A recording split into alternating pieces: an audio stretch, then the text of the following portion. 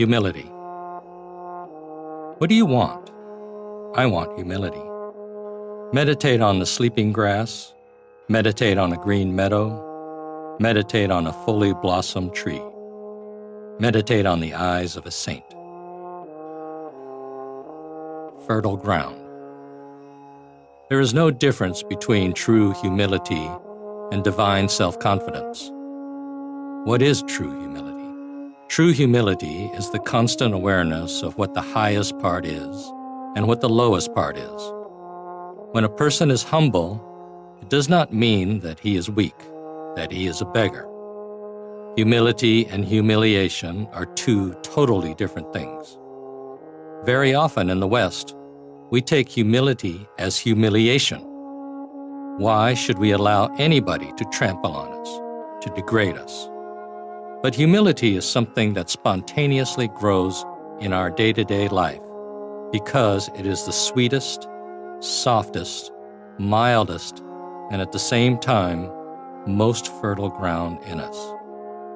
Look at Mother Earth. Can there be anybody or anything as humble as Mother Earth?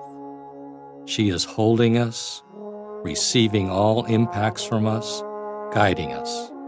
She is all love, all compassion, and at the same time, all power. But when we look at Mother Earth, the first thing that comes to our mind is humility. The seed of humility is exceptionally fertile.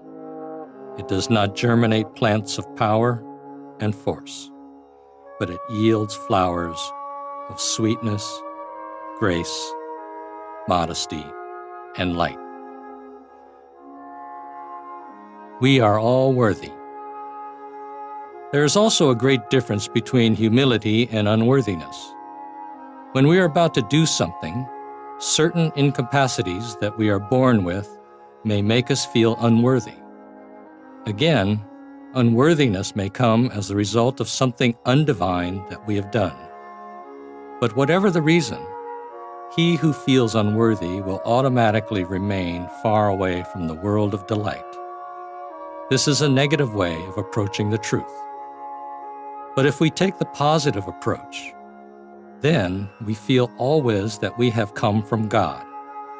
We have to be conscious of God within us, not through the feeling of unworthiness, but through humility. If I am unworthy of my source, then why did the source create me? We are God's children. If our source is God, and He has created us, then we must not feel unworthy of Him. Only we should be humble because it is through humility that God's light can be seen, felt, and manifested. You are not meant to fail. You are meant always to succeed and proceed. When you stop cherishing your insecurity, jealousy, and feeling of unworthiness, you are bound to succeed as well as proceed. Give joy to get joy. Humility does not mean taking a back seat. When you take a back seat consciously and deliberately in order to show others how humble you are not being humble at all. Again, if you know that somebody is superior to you, and if for this reason you sit behind him rather than in front of him or beside him, this is not actually the heart's humility either. True humility is something totally different. It is the feeling of oneness. Humility means giving joy to others by making others feel that they are either equally important or more important. We will show our true humility. Offering joy to others first is the way to show true humility. God, the happiness, is all love for a humility life. True humility versus false humility. How can you tell the difference between true humility and false humility? When it is true humility, you will get tremendous joy and you will feel that the person to whom you are bowing down is in no way superior to you. You are bowing down only because you see the supreme in him. But when it is false humility, the moment you express your false humility, there is no joy at all. You do not get joy in your heart. You do not get joy in your mind. When it is true humility, the physical, vital, mind, heart, and soul, all the parts of your being will participate in your action. And at that time, you get tremendous joy. Then you will know that it is true humility. Do not hide your heart's inner cry behind a false humility curtain. Bend and offer. The more an individual has to offer to the world, the more he feels that he has to come down to the world's level. If he remains above, then he cannot be approached. Instead, he has to be like a tree that is full of fruits. Therefore, its branches bend down to earth. Here also, when we bend, it is not that we are offering our obeisance or our surrender to someone. It is only that we have come down to the level of other individuals in order to become one with them. When we are humble, we become totally one with the standard of the people around us. It is not through humiliation, but through illumination, meditation, concern, and divinely fulfilling compassion that we come down to their level. A mother may be tall, but when she offers food to the child, she bends down. If she is standing erect, she cannot give anything. She has to bend down to the level of the child. The child sees that the mother is tall and could easily have remained at her own height. But out of love, she does not do that. So the child's love for the mother and gratitude to the mother increase considerably when she bends down. Similarly, when we have something and want to give it to the world, if we do so with humility, then we get appreciation and admiration from the world in boundless measure. When we realize this, then we can easily cultivate humility. The more we give, the more we are appreciated. The humility tree. To cultivate humility, you can meditate on a tree. How humble a tree is. In spite of having countless flowers, fruits, and leaves, a tree is always self-giving and serves with such compassionate humility. It bends down with utmost humility and offers its fruits to mankind. When it bends down, it is not looked down upon by others. On the contrary, the tree is appreciated, admired, and adored. A tree is humble from the root right up to the top. When we identify with a tree, we get humility.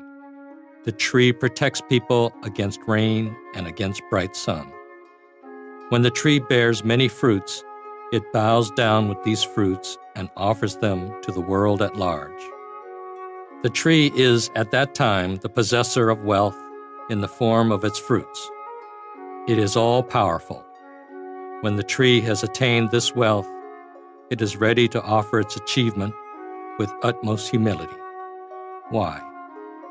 Because the consciousness of the tree feels that if it bows down with its branches, then others will benefit. When a tree bears fruit, it becomes a perfect servant to feed mankind. The tree could have been very proud, very haughty. It could have lifted its branches still higher because it had achieved something great. If it had been without leaves, without fruits, its branches would have remained always straight, dry, very erect, and we can say arrogant. But no. This tree does have many fruits and flowers. It does have good qualities, and it wants to offer these divine blessings to humanity. When you see how humble the tree is, and how it is appreciated by others, this will help you develop your own humility. Everything that is beautiful and fruitful grows on our life's humility tree. A divine gift. Humility means oneness with the rest of the world. On the strength of our humility, we become vast. Vastness itself is power. Humility is a reality that is constantly self-giving. Humility is the oneness light within us. When you really possess something in a divine way, then you are bound to offer it to the world. For you see that the rest of the world is part and parcel of your own existence. Humility we have to take as a divine gift, a supreme gift. It is something that we have to offer to mankind. We have to feel that humility is our consecrated oneness with humanity. If we take humility in the highest and purest sense of the term, then we can become truly humble. Humility is not a matter of touching the feet of another. No, the more light we receive by virtue of our humility, the more we have to offer to mankind. We become humble only when we really have something. Again, only when we are humble can we really have something. Only by becoming humble can we become what we truly are. When we devotedly serve the world, we offer our humility, our capacity, and our feeling of oneness. Humble like the grass. To increase your humility, you can concentrate on a blade of grass, or a small plot of green grass, or a tree. Anything you feel is humble. Anything that makes you feel humble, you should visualize and concentrate on. Right in front of us, we can see humility in a patch of grass. When we see grass with our human eyes, we feel that it is something unimportant. Anybody can step on it. But when we see it with our inner eye, we feel how great it is. Early in the morning, when we see dew on the grass, we say, how beautiful it is. And just a few hours later, we may be walking on it, yet it never complains or revolts. When we have the inner capacity to appreciate the grass, we say, how humble and self-giving it is. When we identify ourselves with grass, we see that it has a very big heart. Consciously or unconsciously, from grass we get a feeling of humility. Again, if you know someone who is sincerely humble, then try to think of that person from time to time to increase your humility. Humility is absolutely necessary, not only for you, but for everybody. Anything that immediately inspires you to develop humility will help you make the fastest progress. When I am divinely inspired to do something, I become humility grass first. Dive deep, climb high. Right now, when we do something grand, we are bloated with pride. We proclaim, I have done it. I have done it. Our achievement makes us so unbearably proud that nobody can come near us. But the higher we go, the more we feel our universal oneness. At that time, real humility dawns. The deeper we go, the sooner we see the root. Once we become part and parcel of the root, we cannot be proud. We see that it is from the root that the trunk, the branches, the leaves, the flowers, and the fruits have come into existence. Yet the root mingles humbly with the earth and clay. If you want to develop more humility, I wish to tell you to dive deep within or climb up high, higher, highest on the strength of your inner cry. Your inner cry will lift you up into the freedom of the vast and make you inseparably one with the rest of the world. When you reach the highest, automatically your divine oneness makes you humble. There is also a practical way to achieve humility in the outer life. If you are a good singer and you are bloated with pride at your achievement, what you have to do is think of the world's best singer. Immediately, your own achievement will pale into insignificance. Pride comes when you feel that you are in some way superior to other people, or that you have something that they do not have at all. But if you compare your capacity or your achievement with that of someone who has it in far greater measure, then your pride will have to fade. When pride diminishes and disappears, humility increases and looms large. Humility is the capacity that expands. Humility is the capacity that dives deep within. Humility is the capacity that flies high, higher, highest. The soul's light. By outer means, by outer behavior, by courtesy, one can never become humble. Humility comes directly from the soul's light. When the soul's light is expressed in the soul's way by the physical being on the strength of absolute oneness with all human beings, this is divine humility. Nothing can enter an individual so silently and at the same time so convincingly as humility. When we really have something to offer, and when we want to offer it with a devoted quality, then humility automatically comes to the fore. We have God's blessing, and that is why we have some good qualities. When someone does not have anything to offer, we say, naturally, he has to be humble. But it is not so. If he has no ordinary good qualities, how can he have the best, the most precious quality among all the divine qualities, which is humility? When you have genuine humility, it is a sign that you have something to offer to mankind. The most essential quality. While we are achieving something, we have to remember to be humble in order to be of greater service to mankind. But first, we have to know that if we want to become humble, it is certainly because we want to become happy. And in self-giving, we become truly happy. Real humility is the expansion of our consciousness and our service.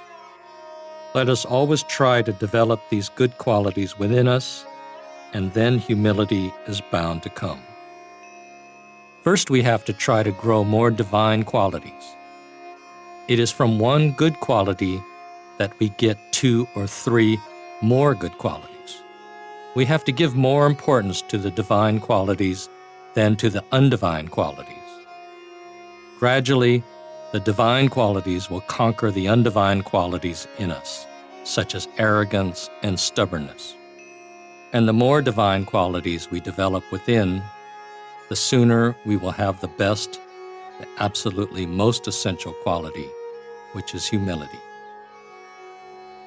If you live in your heart's humility valley, you will easily be able to climb your life's progress tree. Real strength. The more humble one is, the greater is his strength. From the inner point of view, real humility and real strength go together. When one has real humility, one can have the soul's strength. At the same time, real humility comes directly from the soul, and it actually is the soul's strength.